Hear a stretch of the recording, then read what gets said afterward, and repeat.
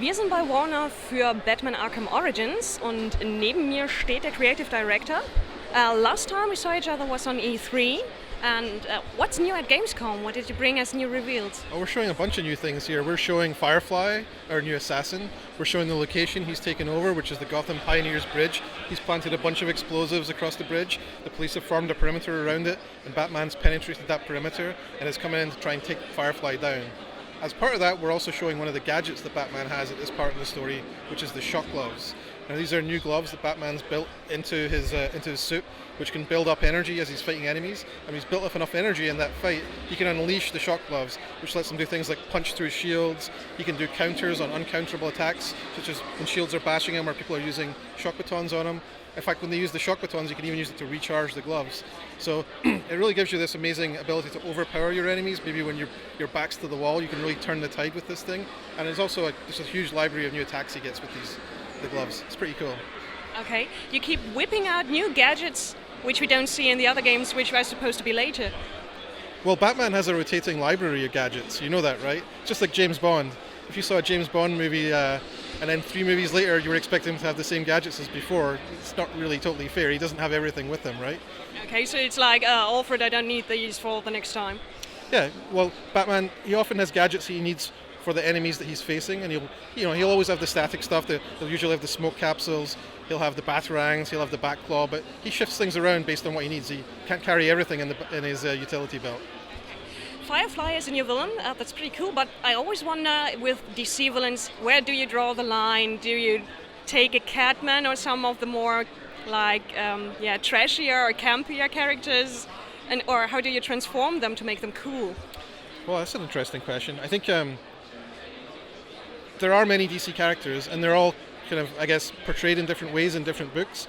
If you look at a character that we revealed at Comic-Con, for example, Copperhead, that's a character that I think has been dormant for a little while, not a character that's been especially popular or well known. But there's something very interesting about that character being a sneaky contortionist, that when you look at that through the Arkham lens, you get a character that's very realistic. You get a character that's kind of scary, intimidating, and a character that's compelling as a result. If you look at him in the comic books, that's a guy, first of all, and he's in a very bright orange snake suit with a prehensile tail and giant fangs sitting on top of his costume.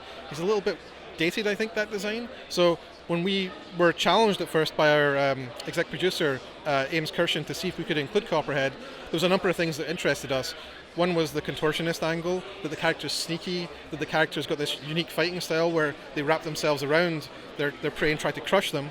And we looked at different design possibilities for that, and we were most excited about bringing a girl to that role because we thought it would be fresh, we thought it would really mix up the lineup, and we thought that the whole wrapping around characters was a little bit more twisted if it was a girl, a little bit more, I guess, it's a striking visual. So I think the best way for us to do it is to say we can take what's interesting about a character at the core, and then if we view it through the Arkham lens, which is a little bit more grounded, a little bit more realistic, certainly with very contemporary production design on the costumes, you get characters which are pretty cool. And I think Firefly, as we've realised them in Arkham Origins, is a version I'm really proud of, and I think people will really enjoy.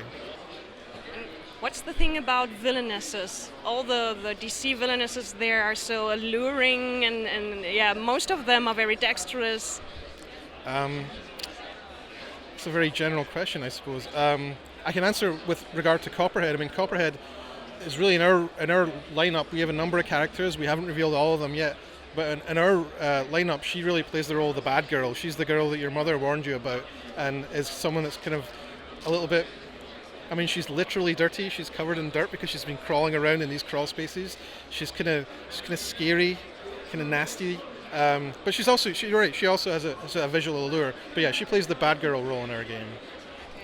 And you described her fighting style, a unique fighting style. How do you go about creating these fighting styles? Do you consult with experts? Absolutely. We have a bunch of specialists. We do a whole bunch of research into things.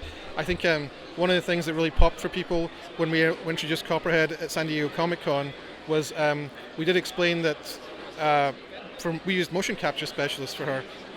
One of the actresses for her, I believe, was a member of the Cirque du Soleil, so a very, very skilled, very flexible person. We had a number of specialists. I think we had a stunt woman, a martial artist, and a contortionist all in playing different parts of that character. So, I mean, really, we challenged ourselves to create something that was compelling and spooky and looked unique, And I think given the response that we got from a character that isn't particularly well known before we kind of brought her back, tells us that we're onto something there.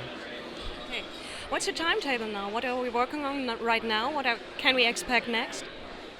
Well, there'll be a few more reveals up to our launch, which is in October 25th. But we're locking down the game right now. We're bug fixing, and we're starting to think about what we're doing for DLC. Okay. Thank you very much. All right, thanks.